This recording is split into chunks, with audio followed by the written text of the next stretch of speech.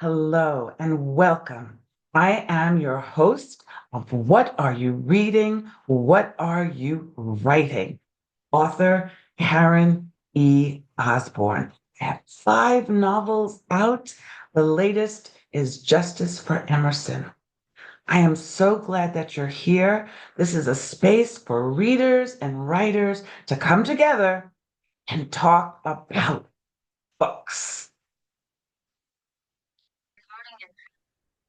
So it is my pleasure to introduce you to Laura McHale Holland.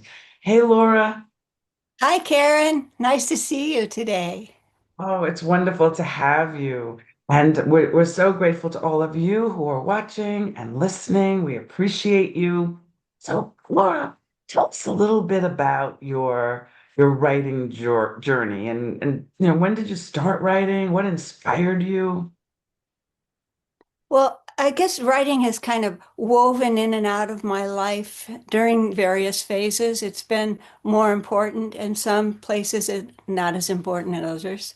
Like I wasn't a child who was exposed to a lot of books. My father read the Chicago Tribune. My stepmother read Ladies' Home Journal. I don't think I ever saw either one of them read a book. So Mm. but music was big in our household. And so I'd say, as a young one, music was kind of what I really loved. And I wrote songs and poetry in high school. Mm. Then I Mm. kind of went through a dark period and didn't do much of anything, which I think people do, as their life moves on. But then I came out of that and started writing in a journal. And at the time, I think I was reading some of Anais Nin journals. And Mm. I mean, she's so far removed from anybody like me. I thought I'm gonna just never be a writer or something. But I kept going because I felt like if I write in a journal, I'll find myself in here one day. And Mm. I was in and out of college for about 14 years. So finally got a degree at San Francisco State in interdisciplinary creative arts. And writing was one of my uh, areas of focus, but also some music and theater, making little performance pieces. And Mm. I got very interested in playwriting after that, and I got accepted to the graduate playwriting in the creative writing department there. But as life goes, I met the man who became my husband. He was a divorced father of two little boys, and it wasn't long before I was a stepmom and we had a little baby. And there was a period of like those really early intense years where really just keeping it together with the family and everything was about all I could do. And then earning some money too with like freelance work. But then I discovered live storytelling, which Mm. it's just like a fabulous art form where you don't memorize, you learn a story by heart and then you tell it. And it turned out to be a great way to volunteer in my daughter's classroom. And I did that all through her grammar school years into middle school. And then I went through Dominican College had this certificate in storytelling program. I went through that and then I did it professionally a little bit. Not a lot, but I did a little bit of that museums So, camp. I've never heard of this before. So, were you telling your own stories, or you were telling a book you'd read, or what was when you're doing this live storytelling, where did these stories come from?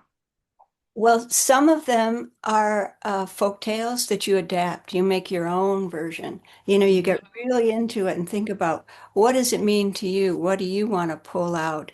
And what details in your research are really important from that time period and those characters. So that's a rich source for storytellers. And then there's also personal stories. People will craft their own stories from their own lives. And there's some people who are so masterful at it. I was able one year to go to the National Storytelling Festival in Jonesboro, Tennessee. They have one every year. And oh, just to see those people. There was Mm. one, Donald Davis. I don't know if is still alive now, but the personal stories that he would tell growing up in this little southern town, you just wanted to be there in Mm. those rooms with him, with those people, so that's another. So it's folk tales, fairy tales. Some people pull actually biographical stories from history. Lou Gehrig, I remember one woman told a whole story about his life, and I was in tears by the end of that. She learned. Yeah, I now that I think about it, I have a friend who there was only one female Buffalo soldier, the black soldiers that fought in the Civil War, and they were called the Buffalo Soldiers. And one of them was a female, and she and a troop of guys go out and she's an impersonator of that woman, but then she's doing what you said. She's telling the story, and they do it in schools and churches, and Oh, yeah, that's that's wonderful. very, very cool. So you were doing this amazing live storytelling, and when did you pick up the pen or the computer? This one story, my childhood kept coming to me, coming and coming and coming. And I realized this is not a story that I can tell in a storytelling venue. It's the kind of story, there's a lot of tragedy in there. It's the kind of story somebody actually has to read at their own pace and absorb. And I thought, okay, if I ever want to tell this story of my early childhood, I'm going to have to write it. But also at the time, for a living, I was doing some freelance work along with my sister, who's in Silicon Valley, writing technical manuals. And I realized through that I didn't know any of the technology. It was basically taking the engineer's language and making it readable. But Yes. I learned I can actually do a book length work. I realized through that. And so then I wrote my first book, which was a memoir, Reversible Skirt, about my early childhood. And that sort of set me on the writing path because also at the same time while I was working on that, we moved from San Francisco, where we were renting, up to Sonoma County, where we bought a home. And I needed to earn more money, so I needed to work full time. And so, along with the full time work, storytelling takes a lot of energy, or it does for me. Mhm. I said, I'm going to put that aside for now. I'm going to have my job. I'm going to have our daughter was 18 when we moved up here, so she wasn't needing us as much, as she did. And the stepsons, they were quite a bit older. They flew the coop way before that. But so it was the work and the writing, which was manageable energy wise. And there's this wonderful Redwood Writers, a branch of the California Writers Club here. There's like more than 200 people in that club. They've got all sorts Wow. of resources for people who want to write, for anything from, craft to marketing to salons where you share your work. I mean, it's just glorious. So I met people through there and have the camaraderie.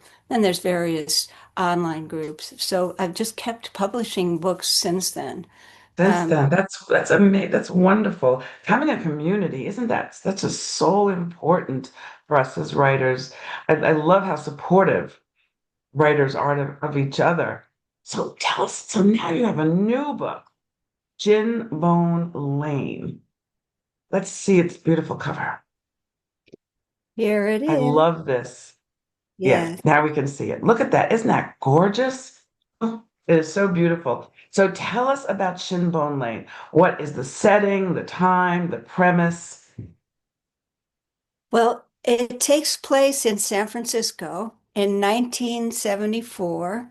And it starts off with this teenage runaway, Maddie, who arrives at the San Francisco Greyhound bus station, which is kind of at that point, Fifth and Mission, seedy, scary place. But she meets this elderly woman, Clara, and they start talking. And Clara asks her to help her carry some bags out to the curb where her neighbor was coming to pick her up. So, of course, Maddie wants to help. She helps. And then Clara asks her to come for tea. And Maddie accepts, and they ride off in her neighbor Ted's old-fashioned maroon truck, and off to Shinbone Lane, where Ted and Clara both live. They're lifelong neighbors. They live across the street from each other. And it turns out while Clara and Maddie are having tea that the only connection Maddie has to San Francisco is the phone number on a matchbook cover of a guy that Maddie happened to meet in passing in Colorado. And so Clara takes her under her wing. She doesn't want to send her back out to like look for a guy she doesn't know, you know? And Maddie gets drawn in to Shinbone Lane, and a whole eclectic cast of multi-generational characters, creative artists, people who are nonconformists, just this rich group of people. And on Shinbone Lane, like the sun's like just a little bit brighter than everywhere else. The flowers are maybe a little bit bigger. And then Ted's backyard is just amazing because to most, well, people who aren't open to unexpected things, if they look in, it's like an ordinary San Francisco backyard. I mean, they can be lovely as they are, but there's dimensions, that they stick with their regular backyards. But to people who are living there and maybe open to possibilities, you step out and it's this glorious expanse. There's a little uh, that's my dog. There's a little path um, and a burbling brook. There's a garden. There's little outbuildings that residents have built through the years where they do art and music and that sort of thing.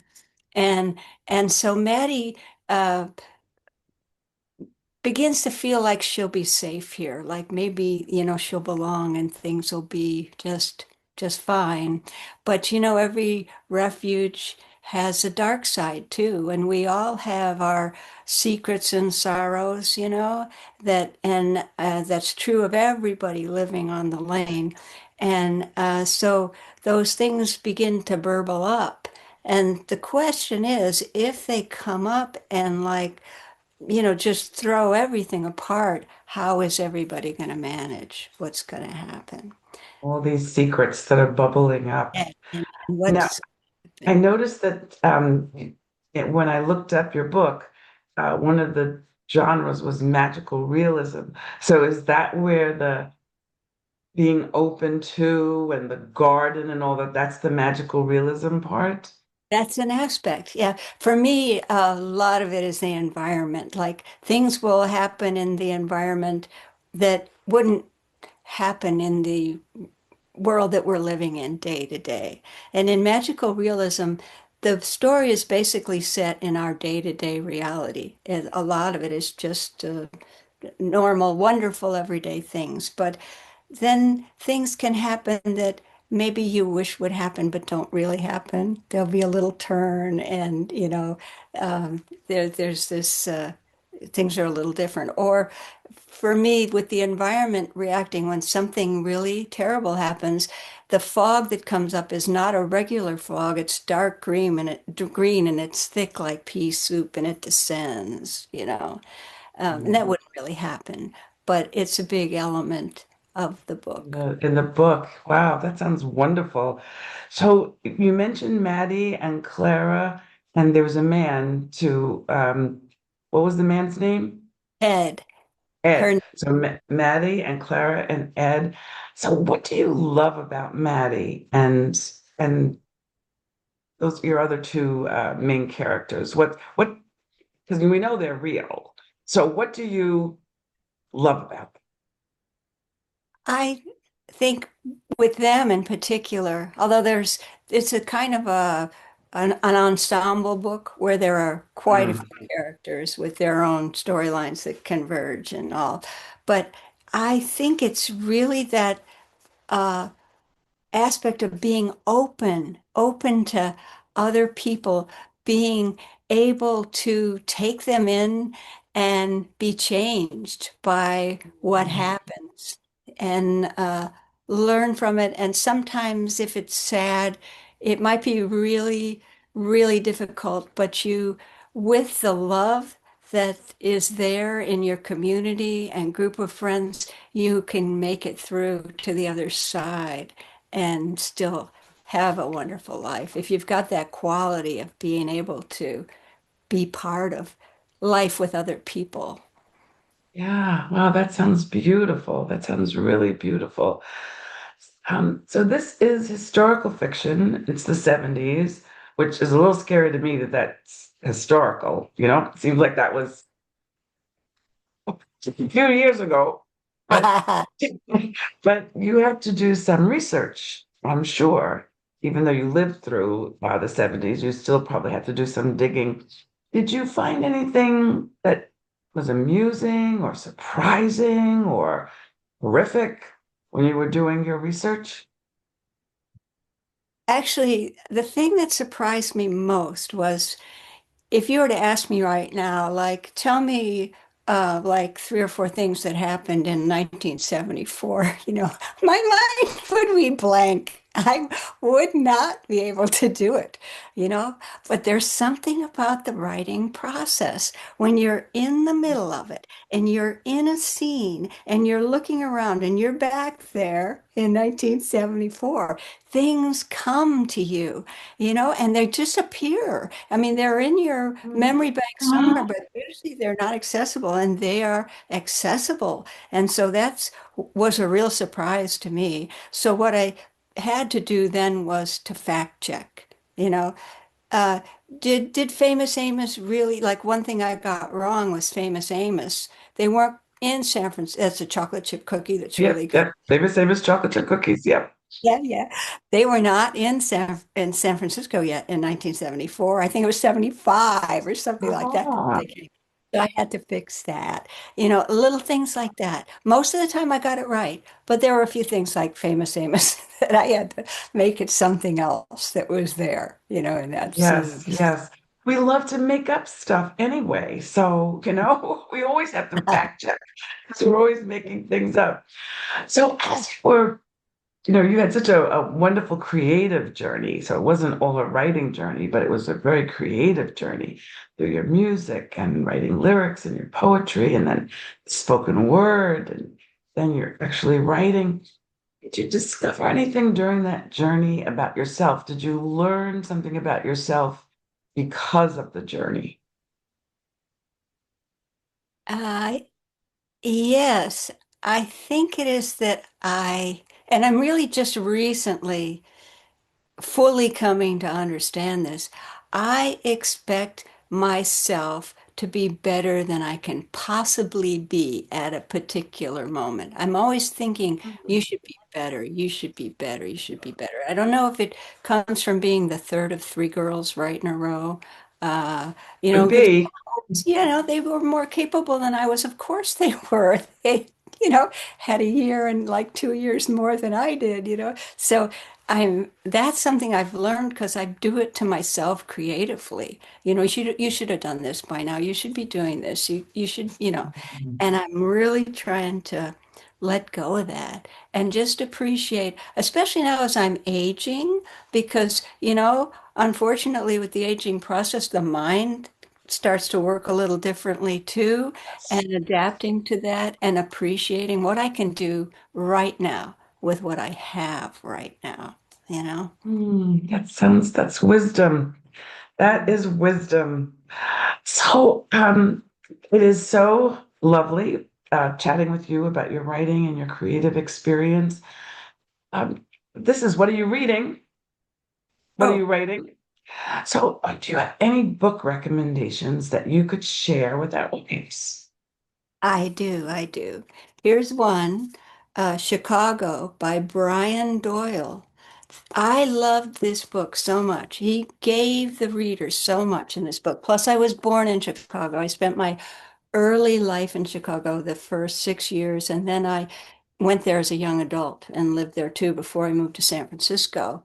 And I'm a fifth generation Chicagoan too. So he inspired me to write my first novel because I wanted to do for other people what he did for me, you know. And my first novel is like a dedicated to the people of Illinois. And um, here's one that a friend of mine from high school, Foster by Claire Keegan. She's an Irish writer. It's about a young girl who goes to spend the summer or maybe longer, she doesn't know, with distant relatives. And there she experiences a kind of peace and kindness that she never in her life had before. And it's just beautifully written. And here's one that my husband found in a free box recently, and I had Oh, been wanting cool. to read this. Yes. And a I famous, famous writer. Yes, I love her work, and I love this book. I mean, I knew vaguely about the Spanish Civil War. I didn't know that Neruda had a ship, and he packed a ship with, it wasn't his ship, but somehow he got um, permission, a ship, got hold of a ship, refugees from that war taken to Chile. And so it tells the story of um, people who are not on Franco's side in that war and what they went through. It's just astounding. You just love those characters. And you learn so much while reading, too. She's so good at historical fiction. Just like another one, Daughter of Fortune, that I loved of hers about the California Gold Rush. Boy, I really learned a lot about the state where I live now, through reading that. Yes, yes. Oh, those are wonderful, wonderful. Thank you so much. So, folks, you know that you can find Laura McHale Holland's books. You can find them on Amazon. You can find them in Barnes and Noble. You can find them in your local independent bookstore. You can find them at the library. We love it when you ask for them because that helps also. They think, oh, we should get copies for that of those books. So please do that. Please buy or borrow, read, write a review. So important. And we thank you in advance. But Laura, if they want to find you on the internet, on your website, on your social media, how can our audience find you? Probably the easiest thing is to go to Linktree because my website and all my social media handles are listed there on my Linktree page, which is LINKTR period EE slash then LAURAMCHH.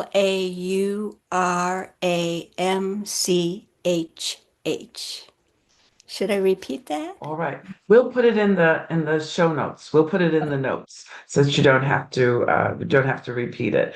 But you could text it to me. That would be lovely. I mean, or email it to me. And then I'll make sure that when we post this, all of you will have her link tree, and then you can follow her and go find all of her connections. And we thank you. Thank you so much, Laura, for being a guest. Thank all of you for watching, or if you're listening on Spotify or you're listening on Apple, we're so appreciative. And please let us know, both of us. We'd love to hear from you. Yes, Have a and great week, everybody. We'll see you next time. thank you.